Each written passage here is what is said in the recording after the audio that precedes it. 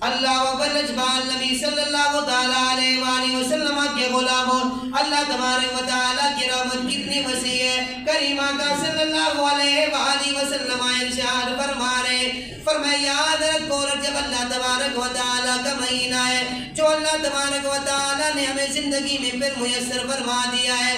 فرمایا جس نے رجب میں ایک دن کا روزہ رکھا ایمان کے ساتھ اپنے نفس کا محاسبہ کرتے ہوئے، تو فرمایا اس کے لیے اللہ تبارک و تعالیٰ کی رضوان اکبر لازم ہو جاتی ہے۔ اب رضوان اکبر کیا ہے؟ اور دنیا والوں، نبی کا کلمہ پڑھنے والوں، ایک روزہ رکھنے پہ رضوان اکبر اس کے لیے لازم ہو رہی ہے۔ رضوان اکبر یہ ہے، میرے نبی دو عالم صلی اللہ علیہ وآلہ وسلم سے پوچھا گیا تھا، یا رسول اللہ بتا تو دیجئے رضوان اکبر کیا ہے؟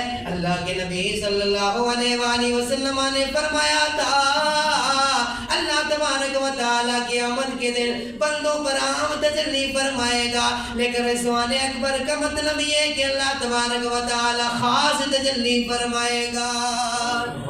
پتہ یہ چلا کہ جو بندہ اس ماہ مقدس کے اندر رب کی رضا کے لیے اپنے ایمان کے ساتھ اور اپنے نفس کا محاسبہ کر کے ایک روزہ بھی رکھے گا، اللہ تبارک و تعالیٰ کی آمد کے دن اس پہ خاص تجلی فرمائے گا۔